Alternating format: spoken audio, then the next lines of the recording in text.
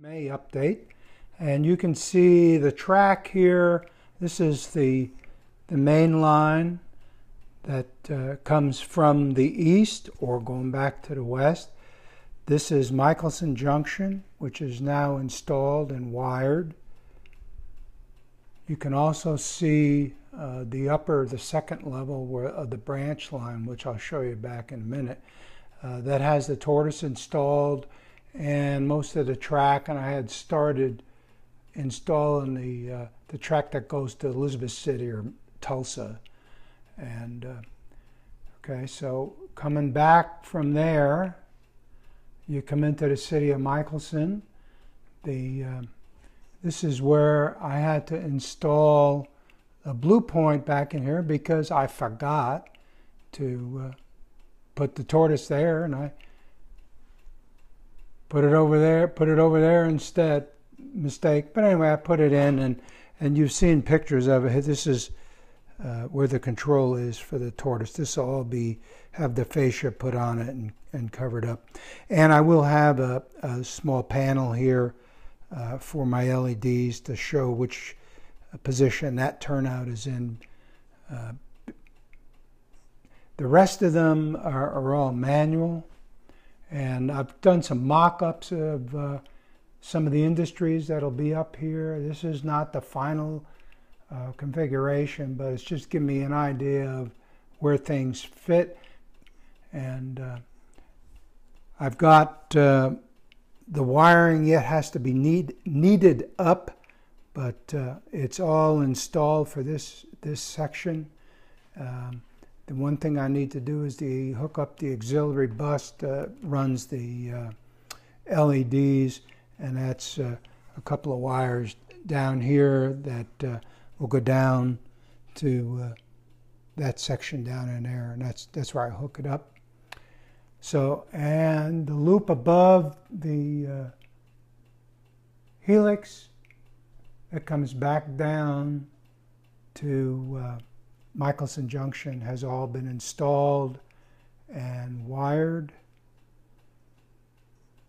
as you can see. And the lower level here, you may remember this from an earlier video. I had put it in up to about in here, but the turnouts back to the helix. This is now the double track lower level, which comes up to Michaelson Junction and joins with the branch line back in here. So this junction here, which is in the 4th Power District, joins with the 3rd District right through here, which is on this level. I'm now continuing to work on this top level up here. You'll notice that the entire peninsula has got the cork roadbed down, and I've started laying the track back from where it comes over. I got to do the scenery back in there off in the future, but I've got all the turnouts just set into place. Here's the last section of track I just got the other day to help finish up this section, and that's an engine I'm going to talk about here in a little bit. But this is what I've been working on, getting this whole peninsula down and getting these turnouts, and I do have it the track installed up to this point, not at this turnout because it's just set in place for now. What I've got to do is I've got to connect all these turnouts up with the wiring underneath for the frog juicers. So that's a whole nother section of stuff to do. So I got to start working on that. And you'll notice one of the polarity cars over there, and I'm going to walk around to this side.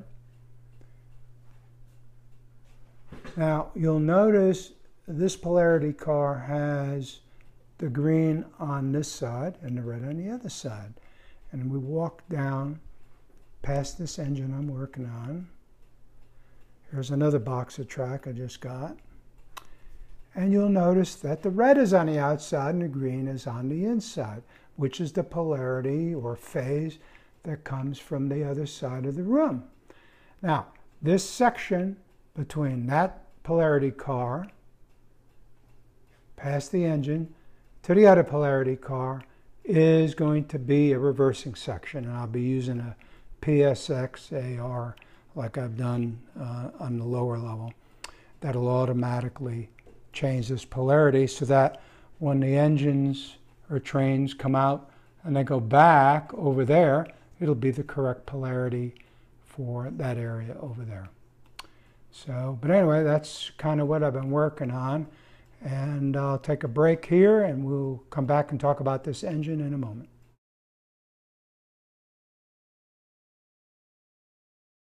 .484 shell, and it's on top, if I take this off, of a Con-Cor DCC ready GS4 that, I guess it's in that wartime paint. It was marked up for Santa Fe, but it's really not. And what I'm trying to do is trying to figure out how to get that shell to fit on the body, and I think I've kind of got it. The only trouble is the cow catcher on the front. This is the one from GS4, and I got to figure out how to get the true one for the Bachmann 484 on there, because it's closer to the northern than that. But it might be good enough if I can't figure it out. Also, the tender for this one, which is DCC ready, I've got to put inside of the correct, or close to being correct, tender that comes with the 484 that Bachmann makes.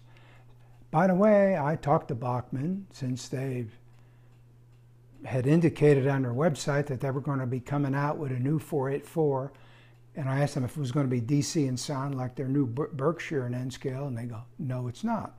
So I decided that the two Bachmanns that I have are going to become donors, because I have two of these that I'll just make 4 engines into 2 and make them look good enough. And like I've always told people in N-scale, if you squint good enough, it looks well. So that's the nice thing about N-scale.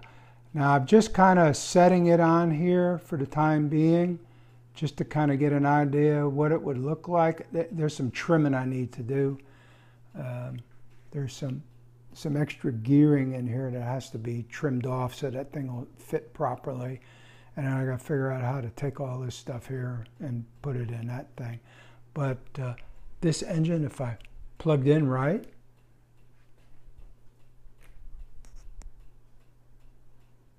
runs fairly decently. Of course, it's not on there just right. It's that shell.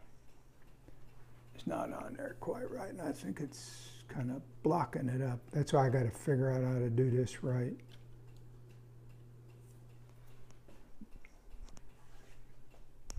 So you see my boo-boos with my Triumphs. It might be off the track, so we'll have to take a look at this. Oh, it is off the track. It's what happens when you get old. You can't see as well as you did when you were younger.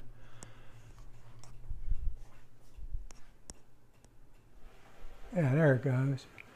And that's running in DC up here. And you'll notice the shell's moving around. I gotta